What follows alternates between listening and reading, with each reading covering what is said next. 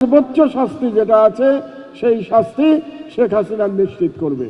সেই সঙ্গে আমি তার প্রভু ভারত সরকারের কাছে আহ্বান জানাবো, আপনারা এমনিতেই অনেক দুষ্কর্ম করেছেন, আপনারা বাংলাদেশের স্বাধীনতা লুণ্ঠন করেছিলেন, আপনারা বাংলাদেশে গণহত্যা চালানোর জন্য প্ররোচনা দিয়েছেন, আপনারা শেখ হাসিনাকে দিয়ে বাংলাদেশের জনগণকে হত্যা করেছেন, বাংলাদেশের আলেম সমাজের উপরে জুলুম করেছেন, বাংলাদেশের অর্থনীতিকে লুট করেছেন, ধ্বংস করেছেন। আপনাদের কাছে আজকে খুনি শেখ হাসিনা আশ্রয় নিয়ে আছে।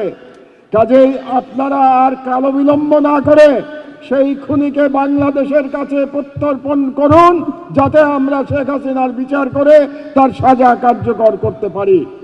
সুতরাং আজকে এই অনুষ্ঠান থেকে আমি ভারত সরকারের প্রতি এই দাবি জানাচ্ছি, আন্তর্জাতিকভাবে প্রমাণিত হত্যাকারী শেখ হাসিনাকে অনতিবিলম্বে বাংলাদেশে ফেরত পাঠান।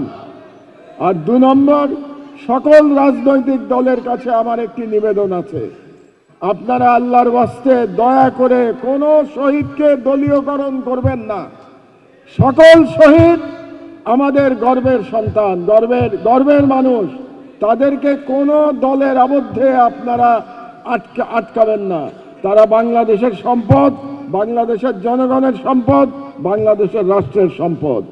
আমি আশা করব যে বাংলাদেশে এখন যতগুলো দল আছে তারা জুলাই যোদ্ধাদের, সকল শহীদ, সকল আহত এবং সকল যোদ্ধাকে উপযুক্তভাবে সম্মান করবেন এবং তারা সেখানে দলমত দেখবেন না যে কোন শহীদ, কোন জুলাই যোদ্ধা কোন রাজনীতি ধারণ করেন।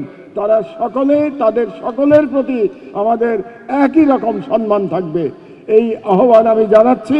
এবং আমি জামাত ইসলামীকে ধন্যবাদ জানাই আজকের এই অনুষ্ঠান আয়োজন করবার জন্যে, যেখানে আমরা জুলাই যোদ্ধাদের সাথে এবং জুলাই শহীদদের সাথে কিছু সময় অতিবাহিত করতে পারলাম।